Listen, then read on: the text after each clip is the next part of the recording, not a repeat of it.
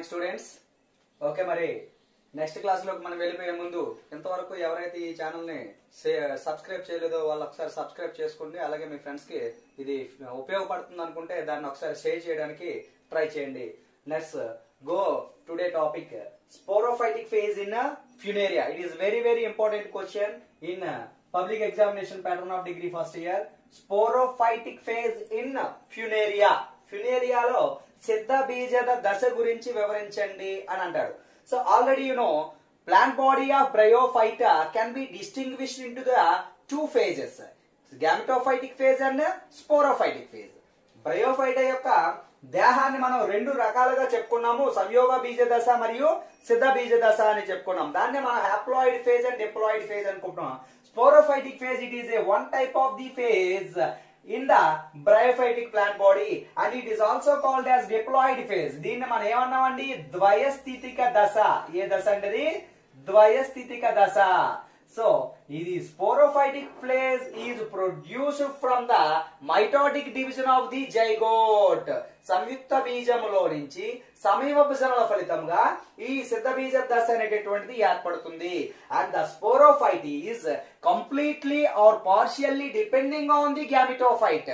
సంయోగ బీజం పైన ఈ సిద్ధ బీజ దశ అనేటటువంటిది పూర్తిగా గాని లేదా పాక్షికంగా గాని ఆధారపడుతూ బతుకుతుంది అనే విషయాన్ని మనం ఇదివరకు క్లాస్ లో చెప్పుకున్నాం. Next parts seen in the sporophyte. Sporophyte సిద్ధ బీజదములో ఉండేటటువంటి భాగాలను గురించి మనం మాట్లాడుకుంటే, ఇప్పుడు ఒక సిద్ధ బీజ దశ గురించి మనం చూసుకుంటే, ఇట్ ఈస్ ఏ గ్యామిటోఫైట్. ఫ్యూనేరియాలో మనకి it is A gametophyte. Gametophyte తర్వాత మనకి ఇది it is A sporophyte. So it is A sporophyte. ఇక్కడ నుంచి ఇక్కడ వరకు మనం తీసుకున్నట్లయితే దీన్ని మనం సిద్ధ బీజ దశ అంటాం. ఇదంతా కూడా సంయోగ బీజ దశ. The sporophyte is completely or partially depending upon the gametophytic phase. The parts have seen in the sporophyte. Sporophyte సిద్ధ బీజంలో ఉండేటటువంటి భాగాలు తీసుకున్నట్లయితే they are three major parts seen in the okay foot. It is a basal portion of the sporophyte. సిద్ధ బీజం యొక్క మొట్టమొదటి భాగాన్ని ఫుట్ అంటాము. సిద్ధ బీజం యొక్క మొట్టమొదటి భాగాన్ని ఫుట్ అంటాము, పాదము అంటాము.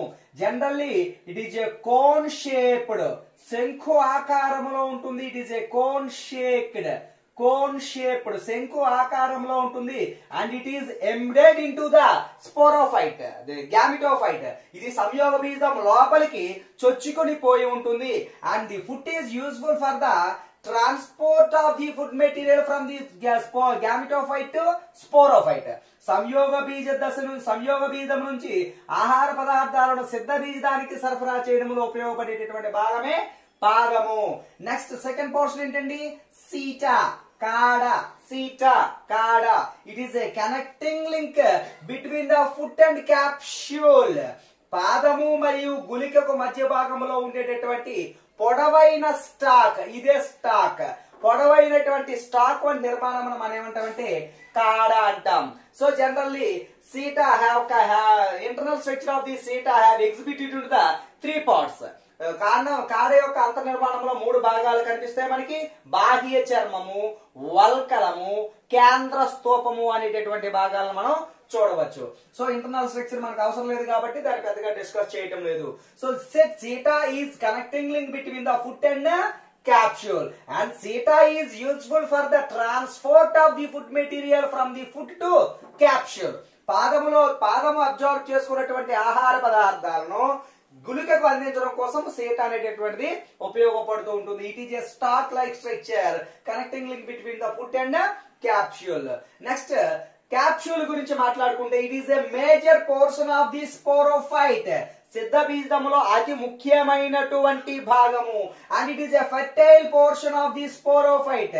సిద్ధ బీజములో ఫలవంతమైన భాగము. ఏ భాగం అంటే ఇది ఫలవంతమైనటువంటి భాగం. It is a fertile portion of the sporophyte, ఫలవంతమైన భాగము. సో మరి ఈ క్యాప్సూల్ లో తీసుకున్నట్లయితే మళ్ళీ మన capsule can be distinguished into the three parts.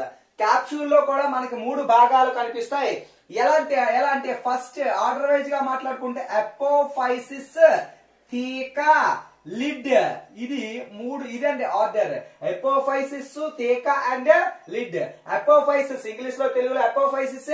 తీక అంటే తీకానే, లిడ్ అంటే మూత. లిడ్ అంటే మూత.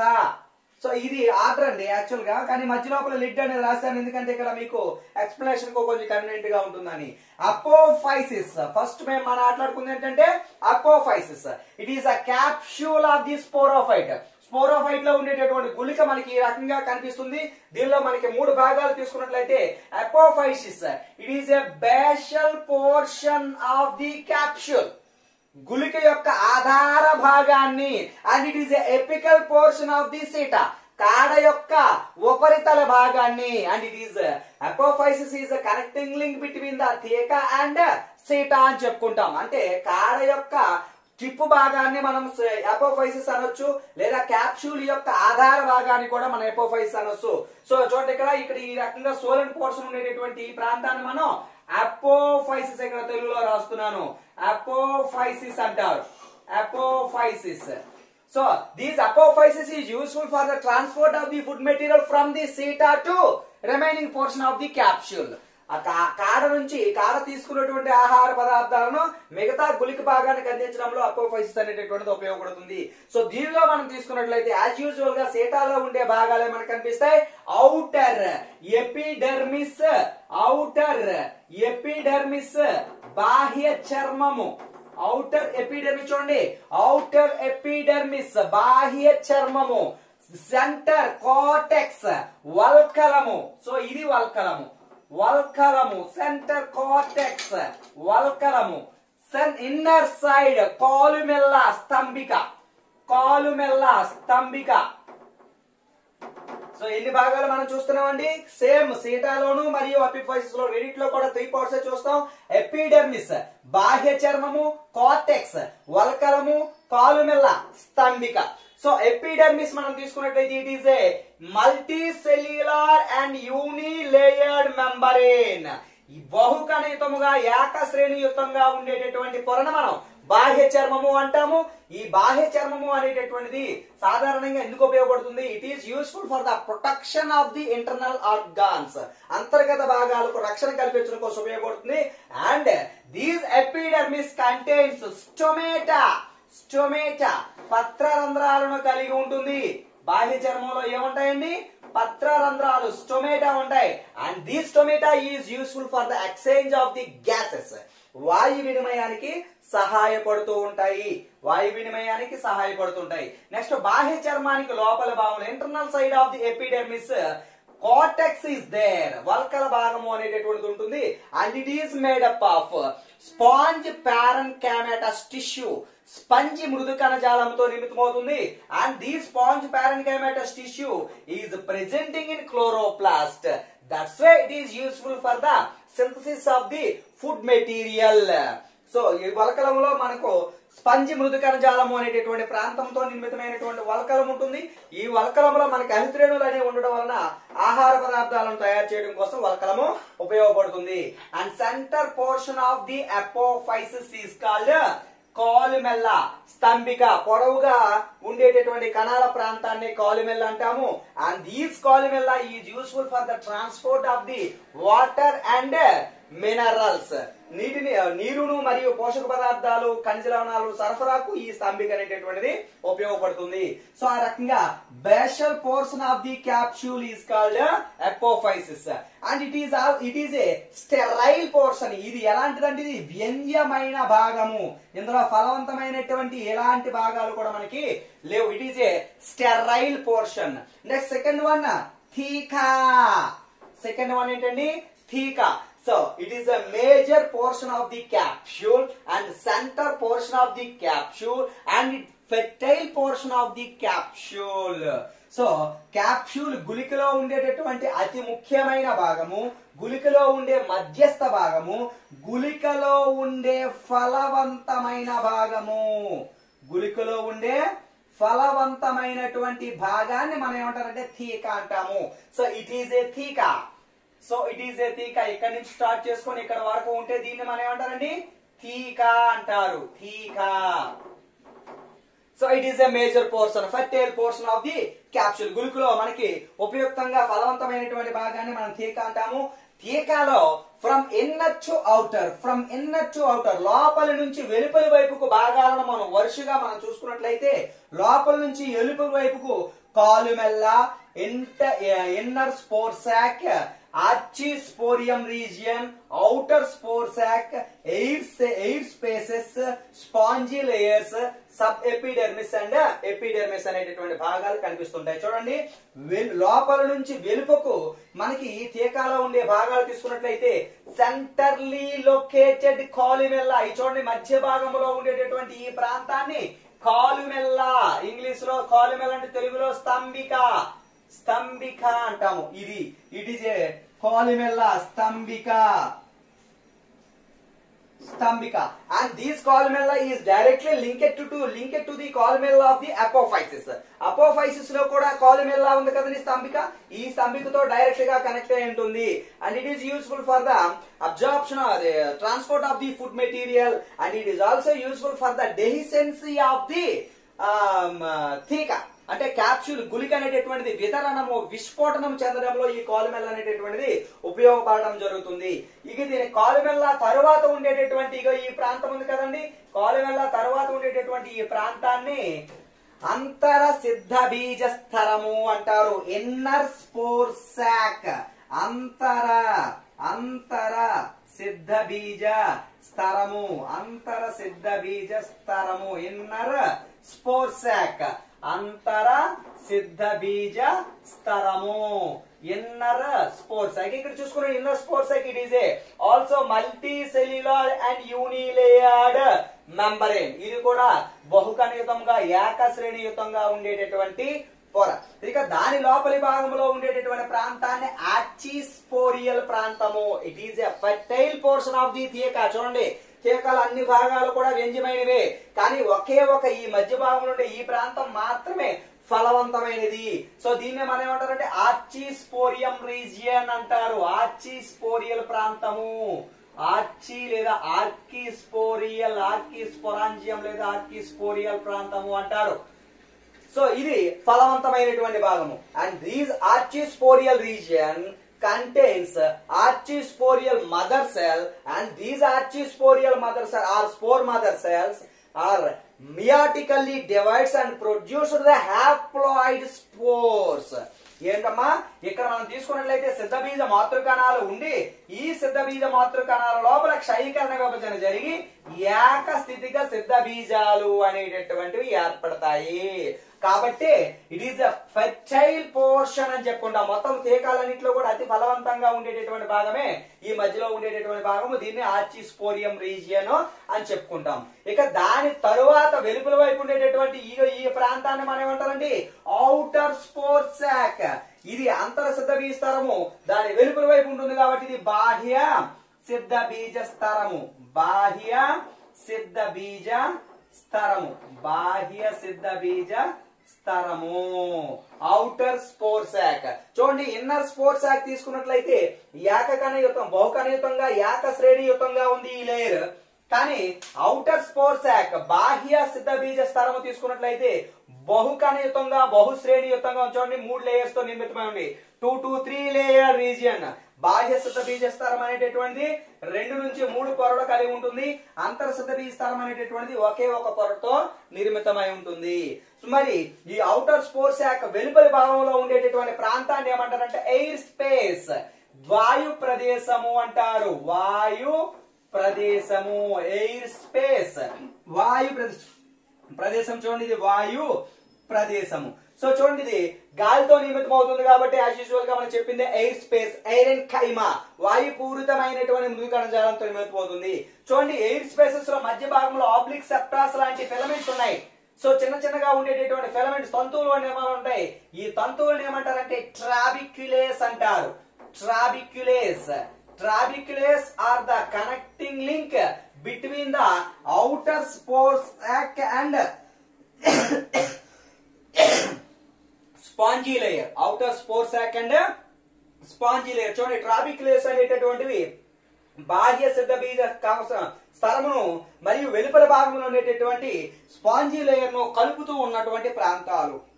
ఈ ట్రాబిక్యులేస్ మనకి క్లోరోప్లాస్ట్ ను కలిగి ఉంటాయి, హరితరేణులు కలిగి ఉంటాయి. That's why trabeculae are useful for the synthesis of the food material.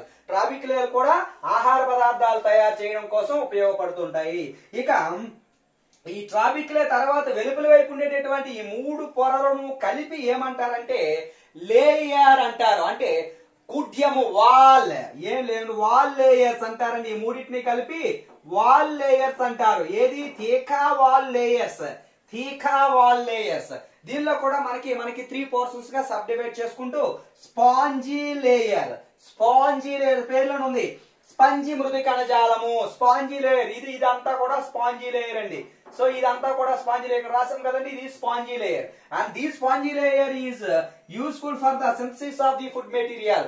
Why? Because it is contains a chloroplast. హరితరేణువు కలిగి ఉండడం వలన ఈ స్పాంజీ లేయర్ అనేటటువంటిది ఆహార పదార్థాల తయారీలో ఉపయోగపడుతూ ఉంటుంది. స్పాంజీ లేయర్ తర్వాత ఉండేటటువంటి ప్రాంతాన్ని sub epidermis, it is A sub epidermal region. ఇది స్పాంజీ లేయర్, స్పంజి మృదు కణజాలం అది.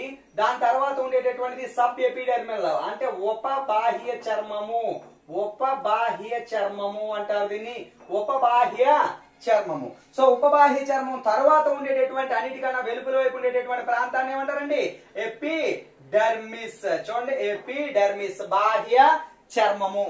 సో నార్మల్ గా బాహ్య చర్మం అనేది ఎలా ఉంటుందనే విషయం, అది it is unicellular, unilayered and multicellular region, and it contains the stomata, and stomata also useful for the exchange of the gases.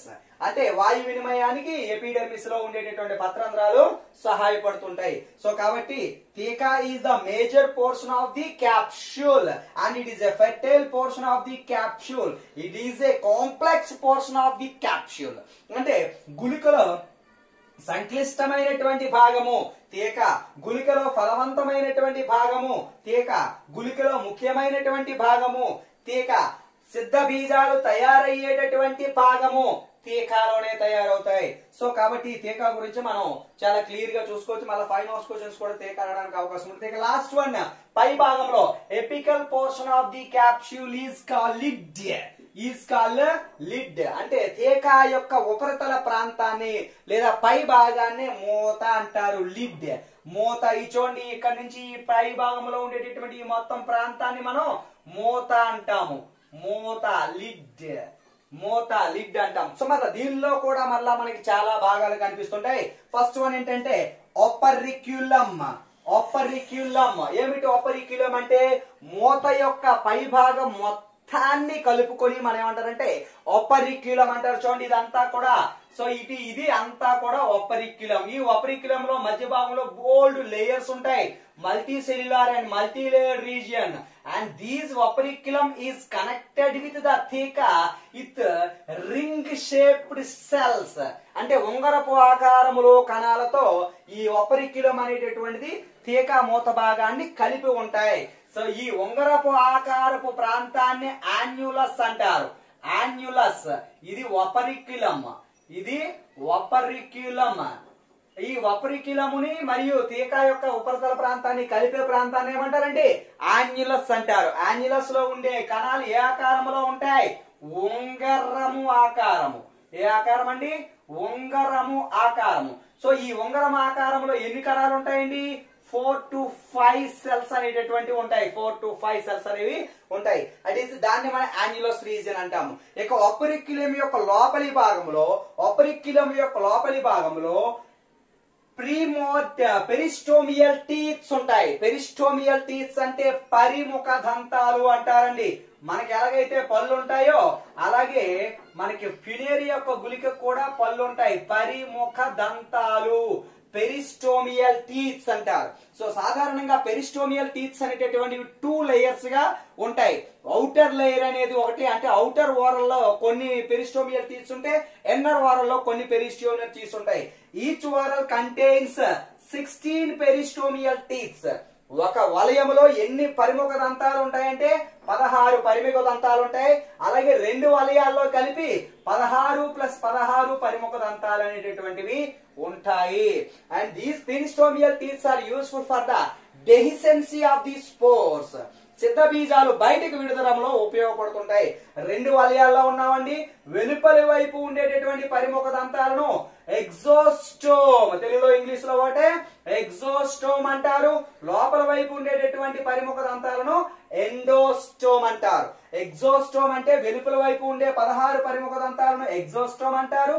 లోపల వైపు ఉండే 16 పరిముఖ దంతాలను ఎండోస్టోమ్ అంటారు. సో చూడండి, వెలుపల వైపు ఉండే దంతాలకు లోపల వైపు ఉండే దంతాలకు మధ్య డిఫరెన్స్ ఏంటి మాస్టారు అంటే, సో వెలుపల వైపు దంతాలు లోపల వైపు దంతాలు రెండు కూడా ట్రయాంగులర్ ఇన్ షేప్, రెండు కూడా త్రిభుజాకారంలోనే ఉంటాయి. But outer exostomal teeth, it contains the thick cell wall and it appears to the rough nature. Rough nature ఎలా అంటే మందమైనటువంటి కనకవచాలను కలిగి ఉంటాయి, ప్లస్ ఆ కనకవచాలు రఫ్ నేచర్ ని కలిగి ఉంటాయి. And it is also exhibits the hydroscopic nature. Hydroscopic nature అంటే నీటిని అబ్జార్బ్ చేసుకునేటటువంటి లక్షణాన్ని కలిగి ఉంటాయి. ఏం చెప్పామండి, అవుటర్ టీత్స్ లో మనకి థిక్ వాల్స్ ఉంటాయి అండ్ రఫ్ నేచర్ ఉంటుంది, అండ్ హైడ్రోస్కోపిక్ లేదా హైడ్రోఫోబిక్ నేచర్ అంటే జలాకర్షక లక్షణం అనేటటువంటిది ఉంటుంది ఎగ్జోస్టోమ్ లో ఉండేటటువంటివి. And it is a large size, పెద్దవిగా ఉంటాయి.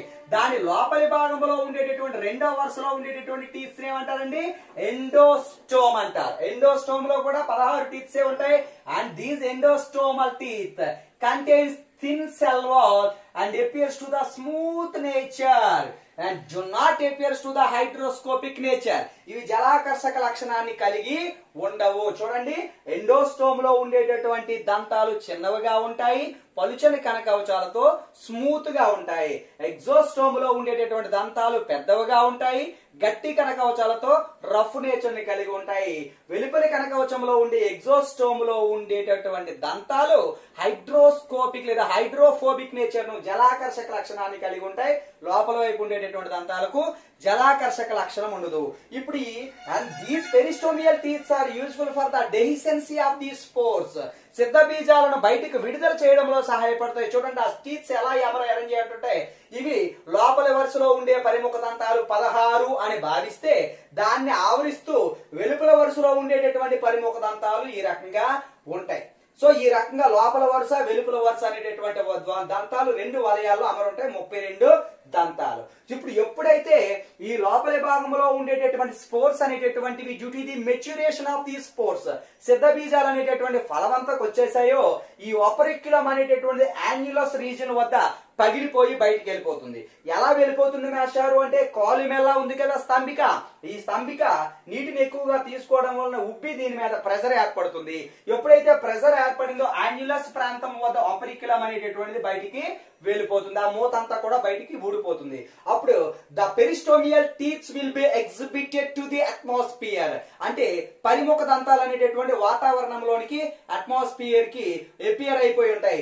అప్పుడు ఆ పెరిస్టోమియల్ టీత్స్ అనేటటువంటివి is useful for the dehiscence of the spores. ఎలా అండి, ఇలా ఇలా ఇలా కొంచెం కొంచెంగా అవి ఆ సిద్ధ బీజాలను బయటికి విడుదల చేయడంలో సహాయపడుతూ ఉంటాయి.